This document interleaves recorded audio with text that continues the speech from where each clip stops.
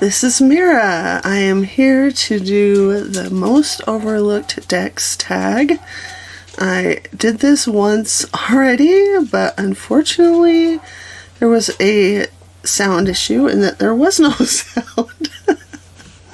So let's try this again. The other one was kind of long anyway, so I'll try to condense it somewhat. I even opened up some decks that I have had for a while but had not touched, so I'll let you know which ones are the brand new, unopened ones, and we will get this going. Alright, first deck, Trickster's Journey. I had not opened this, but I did open it before and have shuffled, so it's going to be out of order, but I do want to show you the deck and tell you why it has been overlooked. When I first saw it, I thought this is very creative and very different. I don't have anything like this in my collection, so this is why I bought it. I also loved the white space, and I thought I am going to get this deck, and I did. And then I watched a walkthrough before I got the deck, and I came to a bit of a screeching halt because one of the cards is pretty brutal for an animal lover, and that is why it has languished in my collection. So I'm just gonna find it. We'll get there and show you. But as I did the flip through the first time, I was like, you know, that card is really brutal, but I want to give the deck a shot. That one. Look at that. That's an amazing Nine of Swords. Okay, so here's the card. Here's the card that kind of did me in. The more I looked at it, the more I thought, how am I going to use this deck, and knowing that this card might pop up? So it's just been sitting, but as I have been flipping through it, I decided that I really do love the deck. That's a really harsh card, but I do want to give the deck a fair shake, so I'm going to go ahead and use it. It's going to be my next daily draw deck. Oh my gosh, that death card is amazing. I love it. It's so good. This is the Trickster's Journey Tarot, and although it has been overlooked, I have it out ready to be used as my next deck. Alright, the next one is the Journey to Enlightenment. I had opened it, but I hadn't used it. And I'll tell you why. I got it from a local, from my local metaphysical shop. They have half a dozen of the cards from each deck as sample cards, so you can look through those cards. So I looked through the cards, was going to buy it, then my sister wanted one, and I already had other one that I was going to buy, and so I let her have it because there was only one copy. Then I found this used copy online. Okay, let me let me actually spread the cards while I tell the story. And then, so I'd only seen about half a dozen of the cards, that it was a bit of a stained glass look to it. And I thought, oh, that's very nice. And then when I got it, I looked through it, and I feel like the cards were not what I was expected from seeing 6 of them. Alright, had a battery issue. So some cards are extremely intricate. I don't want to get, I'm trying to remove the glare, so I have to kind of angle the card. Some of them are very intricate, and there's a ton of stuff going on. And I kind of love that for the star card.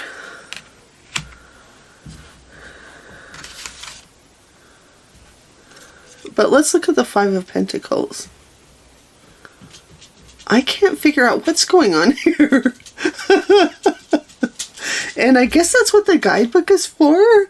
Maybe I should pull that out and look at it. But no, I'll just keep going because we got a lot to do here. This one, I just don't know what to make of it. I mean, I can find the 5, but it takes me a lot of work, and there's a lot of other stuff going on here. So there are some cards that I really, really love. Like, look at this Hermit. Look at this Hermit. This is going to be a contender in my favorite Hermit cards.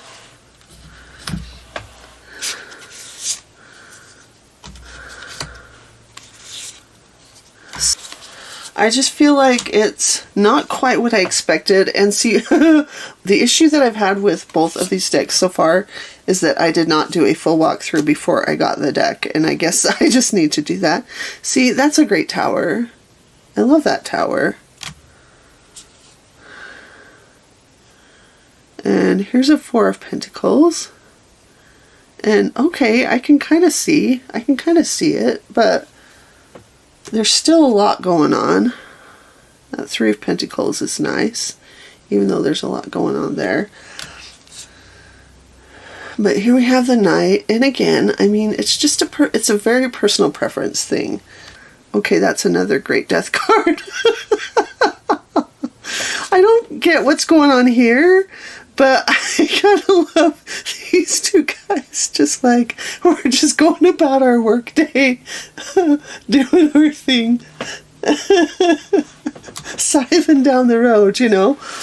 I do want to give it a chance as well. Like, I'm not ready to say with any of the decks that, okay, I'm going to get rid of it. That is the Journey to Enlightenment Tarot. And I like the cardstock. I mean, the cardstock is nice. It shuffles nicely. So, there we go. Journey to Enlightenment Tarot. Next, we have a Silver Era Tarot. And I blame this on Fairlight Tarot. No, I'm responsible. I'm responsible for myself. But she did show this on her channel, and I was like, oh, that's amazing. That's so different.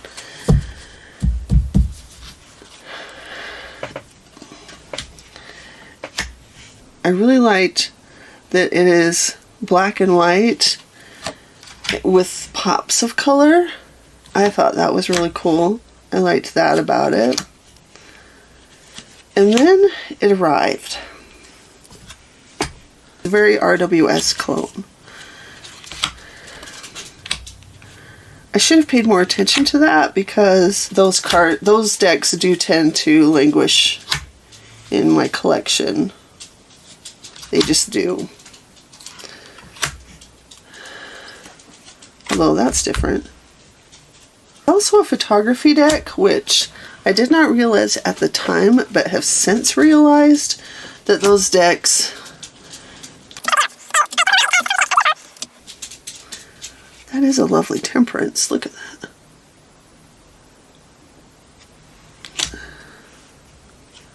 I do want to give this one a shot. A tuck box, and I don't like it. I don't like tuck boxes in general, but this one is very, like, it's stuffed full. Like, ooh, can I get these cards out? And I just worry that I'll mash up the whole the whole box. So I think I'm gonna have to, ooh, it's very slidey. I think I'm gonna have to get a bag for it, and I actually have a bin full of bags, so we'll see if I can do some matchups. This is one that I unwrapped when I did the first the first run of this video, so I had not even opened it. I also have a book. Like, look at that tower. Look at that tower. That is so good.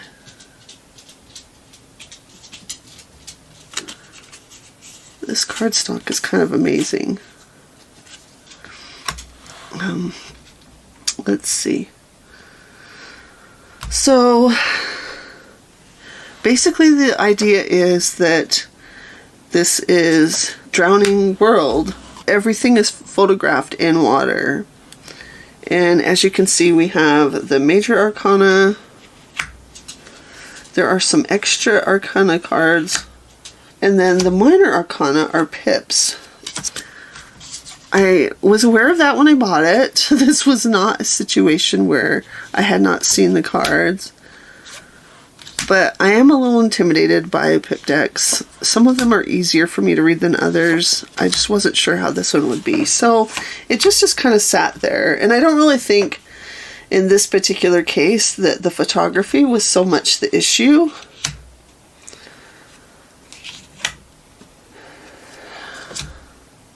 This still really appeals to me. And look at this death card. Good grief. I'm finding lots of really great cards in these piles.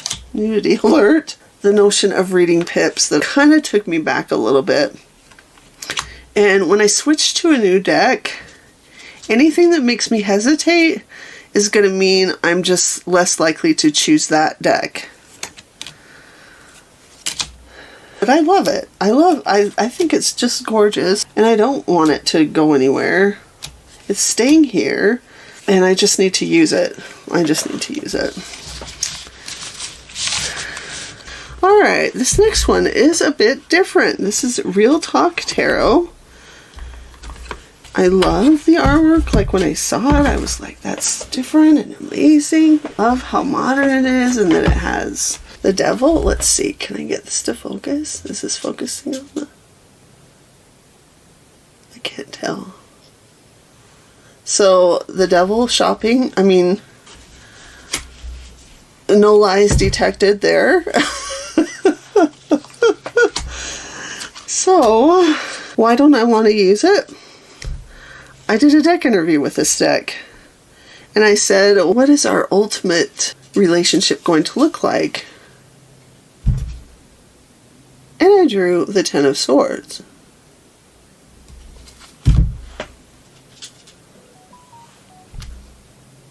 Is it just me, or is that telling me that it doesn't really want to work with me? Like, I was like, so however long we work together, I'll just ultimately be like, okay, you're out.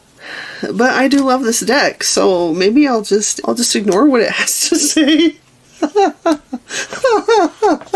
I'll ignore what it has to say about our ultimate relationship. I took it to an outing with friends, and I enjoyed reading with it. Love to hear your thoughts in the comments. Okay, this last one. This is the Emma Poetica Tarot, and I did need to open it. It was shrink wrapped when I did the first round of this video. What I determined is that this deck is not going to be overlooked anymore. The reason that I overlooked it was because I got it at the same time as the Lily White Tarot, and they're by the same creator. And Lily White kind of took my attention. Like, I just dove into that deck and was like, this is gorgeous, this is amazing. I can't even, like, say enough about this, and it's phenomenal. But let's see, hold on. Can I just say, look at this 9. Look at this 9. 9 of Wands. Like, that's just so good. Like, sometimes it's really how I feel when I'm in a 9 mood. Like, I'll get there, the end is in sight, but it's a long road, you know? As I opened this and flipped through it, I was like, this is so my aesthetic. I love it so much. It's beyond beautiful. And I love how different it is, too, from the Lily White. I just am so impressed by A, creators who create a tarot deck at all, and B, people who create multiple decks, and they all have such different, you know, they're all unique. It's just so good. And look at that. Look at that Queen of Cups. Gorgeous. That king, his beard is awesome. His water beard. Okay, sorry, I'm getting carried away, but yeah, this one is not going to be neglected anymore, that's for certain. So there is that one. Now, my second version has been much shorter, so I can include another one that I didn't pull out before. Okay, the Enchanted Tarot. I pulled this one out in a different VR, and I believe that one was about exceptions that you make for your tarot, because I'm not usually a big fan of collage, or even a small fan of collage, let's be fair. But I could not resist this. And I also love big decks. So I'm not sure why I haven't pulled it out.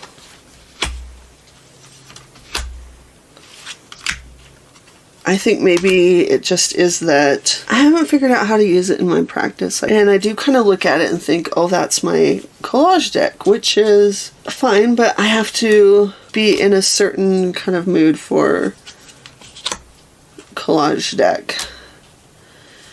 Maybe what I need to do is have a bin full of decks and make sure to use one at least each month so that I can get some use with it and then see how I can work it into my practice. And if not, then I can look at letting it go, because I don't want to keep decks that I don't really use. Okay, my spirit keepers. Okay, that's a magnet, it's fine. I was worried that it was something that was gonna break. Alright. So, as you can see, this one's not opened either. And this one has sat in my collection because I'm intimidated by it. I first saw it and I was like, oh, it's so beautiful, I love it.